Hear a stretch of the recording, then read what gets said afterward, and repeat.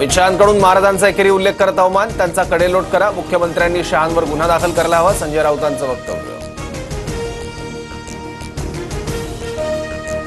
अमित शहा शिवभक्त म्हणून पवित्र भावनेनं रायगडावर आले होते. काही जण विपरीत घडवण्याच्या उद्देशानं मुद्दाम अपप्रचार करतात.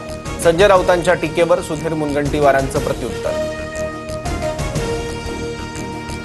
महायुतीमध्ये धुसफूस नाही, सारं काही खुशखुश आहे. शहांच्या भेटीवर शिंदेंची प्रतिक्रिया. शिंदेंनी अर्थ खात्याबाबत शहांकडे तक्रार केल्याच्या बातम्यांवर स्पष्टीकरण. आपलं लक्ष बीएमसी, उद्धव ठाकरेंचं वक्तव्य. तर युटर्न घेणाऱ्यांना आणि यूज अँड थ्रू करणाऱ्यांना आता मुंबईकर फसणार नाहीत. एकनाथ शिंदेंचा ठाकरेंवर निशाणा. परप्रांतीय म्हणून फक्त उत्तर भारतीयांबरोबरच वाद होतो, कारण उत्तर भारतीय लोकांचे नेते नालायक आहेत. मनसेच्या अविनाश जाधवांचं वक्तव्य. मनसेचं फ्रस्ट्रेशन आता सगळ्यांना दिसतंय. कुणाल सदावर्तेंनी मनसेला डिवचलं, तर मी कोणत्याही भाषेत बोलणार, सदावर्तेंचं वक्तव्य. पुण्यातील दीनानाथ मंगेशकर रुग्णालय गर्भवती महिला मृत्यू प्रकरणी डॉक्टर सुश्रुत घैसास यांच्यावर गुन्हा दाखल होण्याची शक्यता.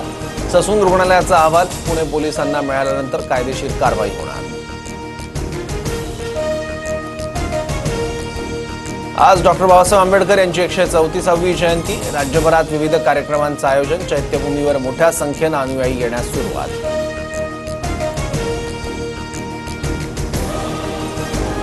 पुणेकरांसाठी आनंदाची बातमी. यंदाच्या उन्हाळ्यात पाणी कपात नाही. खडकवासला धरणात मुबलक पाणीसाठा.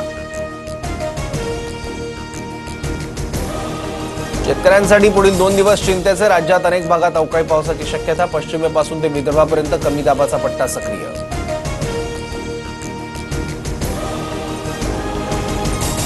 रोहित शर्माला कॅप्टन करा. शिर्डीत साईंच्या दर्शनाला आलेल्या नीता अंबानींकडे चाहत्यांची विनंती.